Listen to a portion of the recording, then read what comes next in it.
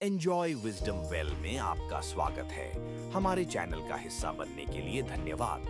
यह रहा कम चली हुई राह का तेज केंद्रित सार, कैसे अनुशासन, सच्चाई, असली प्रेम और थोड़ा सा अनुग्रह मुश्किलों को विकास में बदलते हैं। पेक 3 शब्दों से शुरू करते हैं। जीवन कठिन है, समस्याएं मोड़ नहीं, वही रास्ता है।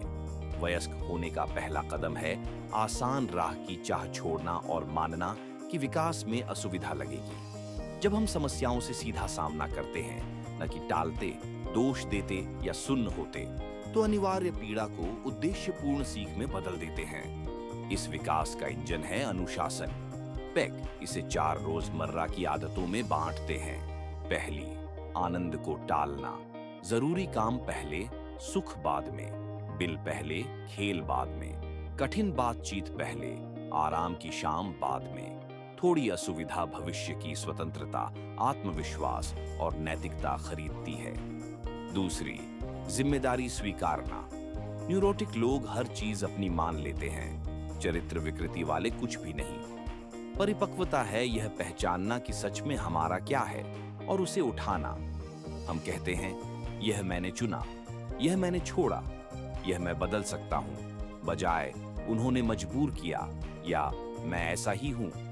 तीसरी, सच के प्रति समर्पण। हम अपनी वास्तविकता के मानचित्र को अपडेट रखते हैं। मान्यताओं की जांच, फीडबैक आमंत्रित करना और गलत होने की विनम्रता। आत्मछल जीवन को छोटा करता है, ईमानदारी उसे फैलाती है। यह क्रूर सच कहना नहीं, बल्कि नम्र सटीकता है। जो है उसे नाम देना, क्योंकि सच स्वतंत्रता का दोस्त है। चौथी, संतुलन। जीवन विरोधी मूल्यों को साथ पकड़ने को कहता है। काम और विश्राम, स्वदेखभाल और परोपकार, स्थिरता और बदलाव।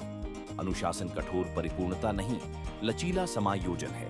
हम सीमाएं बनाते हैं, ना कहते हैं, ताकि हमारा सबसे अच्छा हाँ सुरक्षित रहे, और अच्छी टहनियों को छांटते हैं ताकि बेहतरीन फल दें। अनुशासन से पैक प्रेम पर आते हैं, जिसे अक्सर गलत समझा जाता है। प्रेम मूड नहीं, अपने या किसी और के आध्यात्मिक विकास के लिए स्वयं को बढ़ाने की इच्छा है। भावनाएं आती जाती हैं। प्रेम है विकास के पक्ष में बार बार किया गया निर्णय, खासकर जब भावनाएं कमजोर पड़े। वे प्रेम और कैथेक्सिस, प्रारंभिक आकर्षण बंधन में फर्क बताते हैं। कैथेक्सिस जुड़ाव जगाती है, पर असली प्रेम तो हनीमून के बाद शुरू होता है। जब हम ऊब में भी सुनते हैं, मतभेदों पर बातचीत करते हैं, वादे निभाते हैं और दूसरे के बनने में निवेश करते हैं, चाहे समय, अहम या आराम की कीमत क्यों न देनी पड़े। स्वप्रेम भी जरूरी है, पर नर्सिसिज्म नहीं। अगर प्रेम का लक्ष्य विकास है, तो आपका विकास भी मायने रखता है। सीमाएं, विश्राम, सीखना और स्वयं से सच बोलना, ये आपके लिए प्रेम के कार्य हैं जो आपको और बेहतर प्रेम करने लायक बनाते हैं। सद्गुण बनकर दिखने वाला स्व उपेक्षा अंततः कड़वाहट बन जाती है। रिश्तों में प्रेम का मतलब है ध्यान। ध्यान, आस, समय प्लस उपस्थिति। फोन नीचे रखो, शब्दों के नीचे के अर्थ को सुनो। पूछो, तुम्हारे विकास में क्या मदद करेगा, केवल इसे जल्द कैसे ठीक करें नहीं। प्रेम भरोसा करता है कि साझा अनुशासन और ईमानदार वार्तालाप से 2 लोग मिलकर अकेले से अधिक बन सकते हैं। फिर पेक विकास और धर्म विश्व दृष्टि पर बात करते हैं। हमारे सबसे गहरे अर्थ मानचित्र। हर किसी का कोई न कोई विश्व दृष्टिकोण होता है, आस्था, संशय या बीच का। स्वस्थ धर्म जिज्ञासा और जिम्मेदारी को बढ़ाता है, अस्वस्थ डर और कठोरता से उन्हें बंद करता है।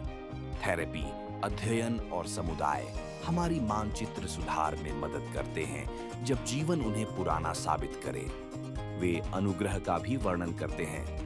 वे अनचाही, अर्जित रहित सहायता, जो अक्सर तभी मिलती दिखती है जब हम विकास के लिए प्रतिबद्ध होते हैं। सही समय के मेंटर्स, संयोग, भीतर की प्रेरणाएं, अप्रत्याशित लचीलापन। पेक इसे फार्मूला नहीं बनाते, बस देखते हैं कि जब हम अपना हिस्सा ईमानदारी से करते हैं, जीवन कभी कभी अपेक्षा से अधिक साथ देता है। यह सब त्वरित नहीं, विकास लंबी आज्ञाकारिता है। सुविधा पर सच, बहानों पर जिम्मेदारी, आलस्य पर प्रेम और निश्चितता पर जिज्ञासा चुनना। इनाम समस्या रहित जीवन नहीं, अर्थपूर्ण जीवन है, जहां समस्याएं शिक्षक बनती हैं और प्रेम रोज अभ्यास किया जाने वाला कौशल। यह रहे 5 अभ्यास कदम। 1, रोज एक टाला हुआ आनंद, आज सबसे कठिन काम पहले। 2, एक जिम्मेदारी का नाम लो जिससे बच रहे थे और अगला ठोस कदम उठाओ। 3, किसी भरोसेमंद व्यक्ति से पूछो, मैं अपने बारे में क्या नहीं देख रहा। 4, प्रेमपूर्ण ध्यान का अभ्यास, किसी अपने के साथ 10 निर्बाध मिनट।